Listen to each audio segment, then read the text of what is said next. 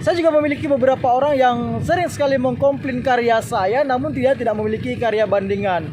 Bahkan setelah dia mengkomplain apa yang saya upload di YouTube, dia sendiri tidak memiliki channel YouTube.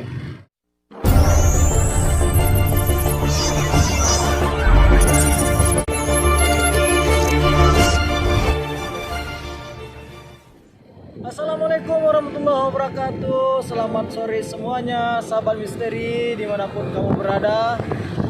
Kali ini saya akan menyapa sahabat semuanya on the road ya, atau di jalan.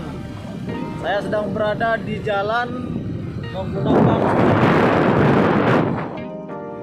Oke sahabat misteri semuanya, saya ingin membahas satu hal tentang teman-teman kamu atau teman-teman kita yang selalu saja komplain dengan karya orang lain. Nah, misalkan seperti ini nih. Misal kamu punya channel YouTube, kemudian kamu berkarya, kamu membuat karya, kamu melakukan sesuatu dan kamu mengupload di channel YouTube kamu. Nah, seharusnya untuk penontonan cerdas, yang pertama akan mengambil sisi positif dari postingan yang kita posting. Nah, kemudian kalaupun postingan kita itu kurang menarik ya, kurang menarik menurutnya mungkin, maka yang harus dia lakukan adalah membuat video bandingan ya, membuat karya bandingan. Otomatis dia harus membuat karya yang jauh lebih baik. Kemudian dia baru bisa mengkomplain, wah video kamu tuh tidak bagus, video kamu tuh kurang baik.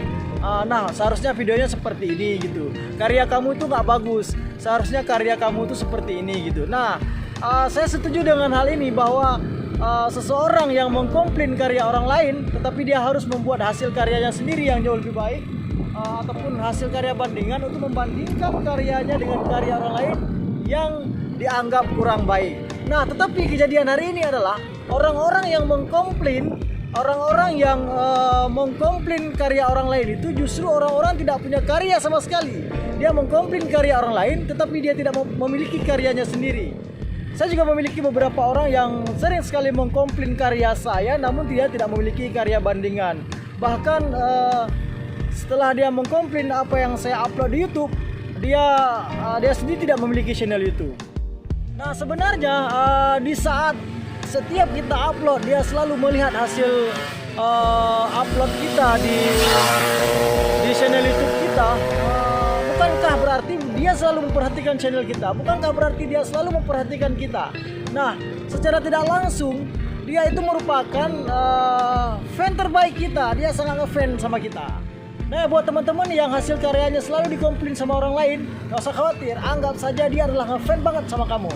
Buktinya, setiap saat kamu upload, dia selalu saja mengkritik. Dia selalu saja mengkomplain. Berarti dia selalu memperhatikan perkembangan channel kamu.